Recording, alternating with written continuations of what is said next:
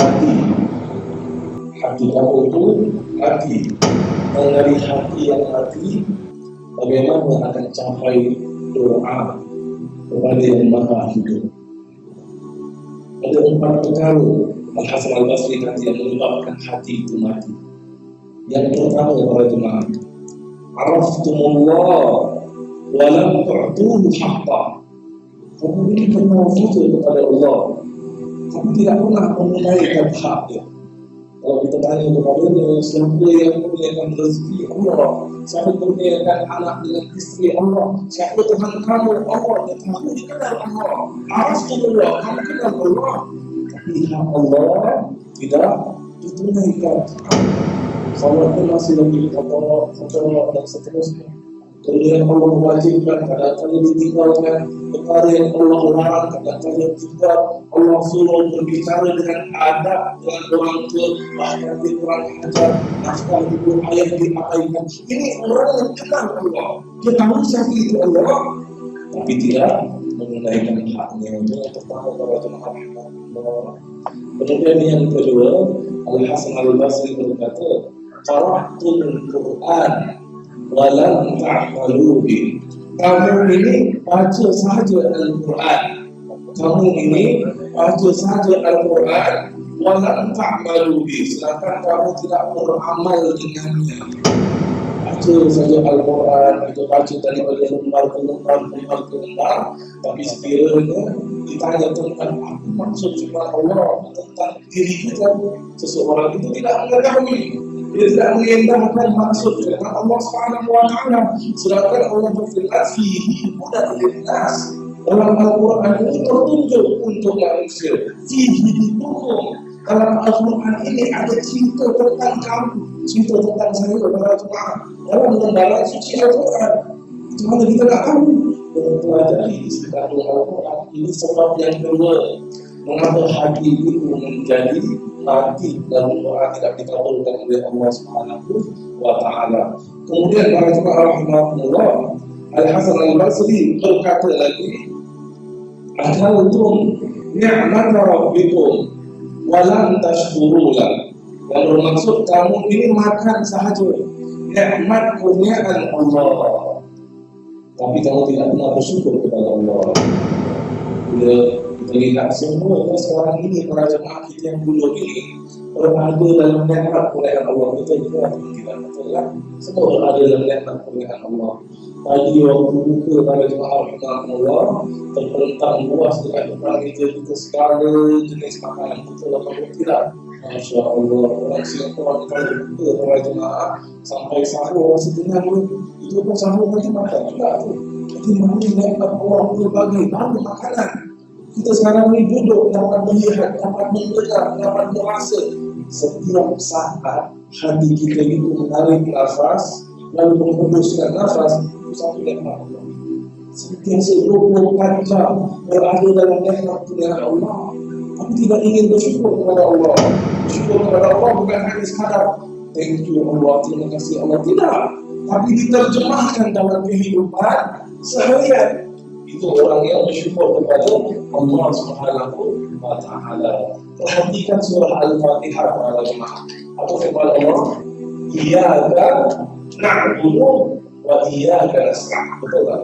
Dan bukan terbalik, bukan iyyaka nasta'in wa iyyaka na'budu. Kenapa? Menurut ulama tafsir, ini kalimat Allah terjemahkan sedemikian, iyyaka na'budu wa iyyaka nasta'in.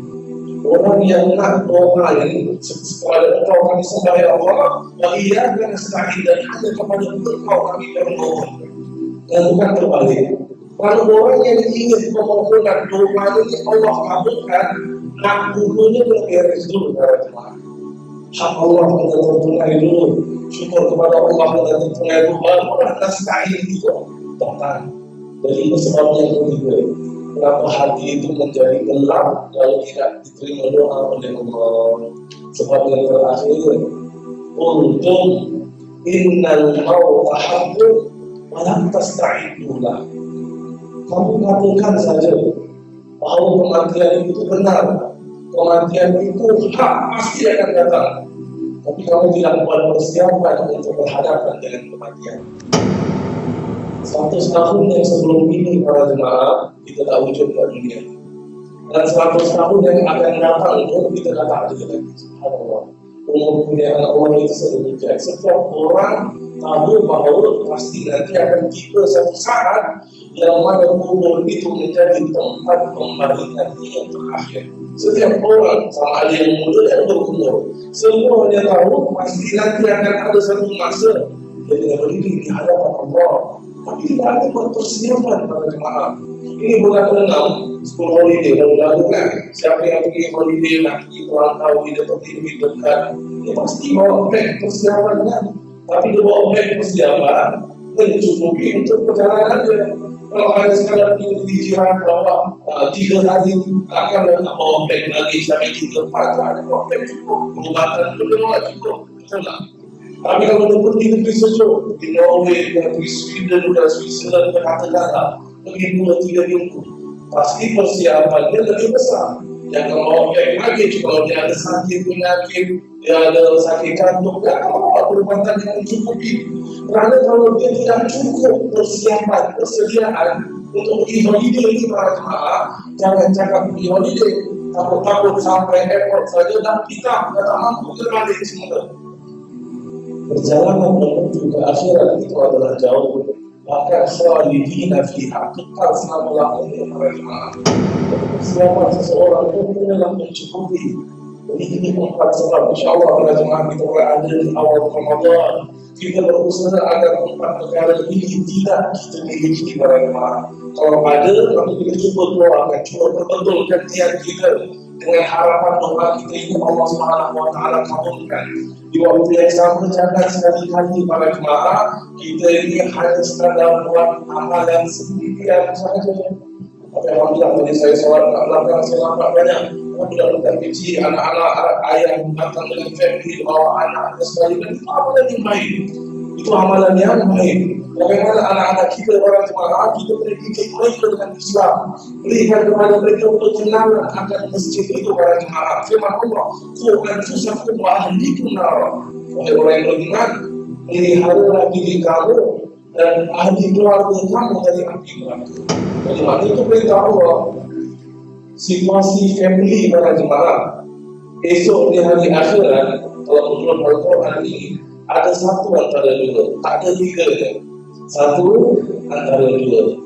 Yang pertama para jemaah rahimahullah, firman Allah Subhanahu Wa Taala, "Yauma yafirrul mar'u min akhihi wa ummihi wa abihi wa sahibatihi wa banihi." Yang bermaksud pada hari tersebut seorang abang akan lari dari adik.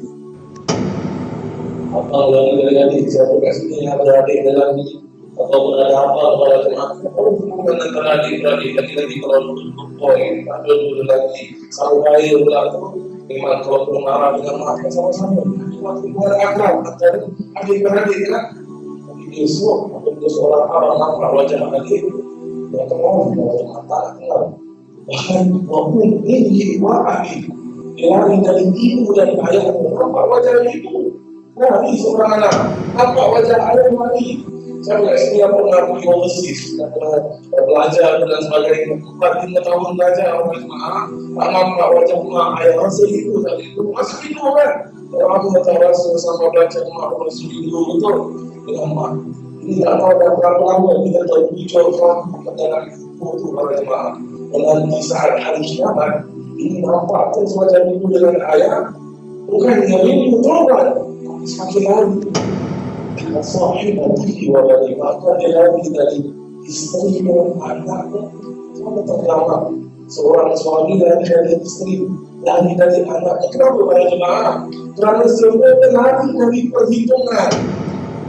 Si ayah lari dari anak kerana takut anak nanti kata dengan Allah, ya Allah, aku ini tidak salah kepada ayah dulu tidak pernah menitik perhatian di mana salah. Ya Allah, aku ini akhlaknya sedemikian kerana ibu dengan ayah tak pernah mendidik. Semua perhitungan si isteri buat perhitungan, ya Allah, itu suami yang tak pernah ajar aku. Suami buat perhitungan, ya Allah, ini isteri yang selalu ini dia selalu sedikit, dia selalu menghasut aku. Semuanya saling berjauhan, dan itu situasi family yang terutama kita tak ada family itu macam itu orang di dunia ini kita bahagia dan mungkin tak lama lagi hari raya macam mana semua dapat duduk berkumpulkan, kita gembira, kita nak keluarga kita sama juga macam itu besok di akhirat. Firman Allah, walladzina amanu wattaba'athum dzurriyyatuhum biiman alhaqna bihim dzurriyyatahum. Yang bermaksud dan mereka yang beriman dan keturunan mereka ahli keluarga semua turun beriman. Kami pertemukan mereka esok di akhirat. Tak kira bagi maaf situasi family yang kedua ini dapat bertemu dengan anak, isteri, bahagia. Hari pertama dekat syurga Allah semacam hari raya para jemaah, pertemuan antara keluarga, makcik, pakcik, mak busu, mak dah, sekali sebutlah orang tertua. Semua dapat bertemu. Kerana amalan terjaga, iman terjaga, agama terjaga, maka Allah Subhanahu Wa Taala yang menjaga yang bagi. Dalam perhatikan para jemaah, kita berada di awal Ramadan, kita jadikan Ramadan kali ini sekiranya ada kegencoran dalam hubungan kita dengan Allah, kita perbaikilah kanak-kanak kita untuk perbaikan hubungan kita dengan Allah.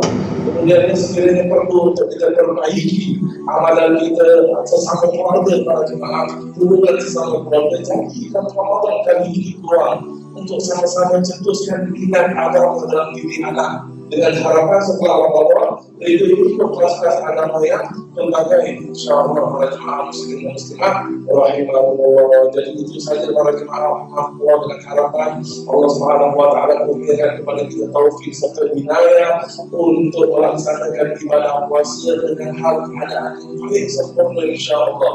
Dan kita nak kita berdoa kepada Allah agar Allah memberikan kepada kita kekuatan para jemaah supaya dapat menunaikan ibadah puasa dengan keadaan yang paling sempurna. Setiap hari Allah memberikan kita punya ibadah puasa, setiap sedekah yang kita keluarkan Allah terima, dan semoga Allah memberikan kepada kita keikhlasan, dan semoga setiap seseorang di antara kita ini Allah memberikan ganjaran Lailatul Qadar, insyaAllah. Amin ya rabbal alamin. Para jemaah muslimin dan muslimat rahimahullah, itu saja yang dapat saya sampaikan. Sekali yang lain datang dari Allah Subhanahu Wa Taala. Saya mohon maaf di atas segala kekurangan. Kita tutup majlis kita dengan bacaan tasbih kafarah dan surah Al-Asr.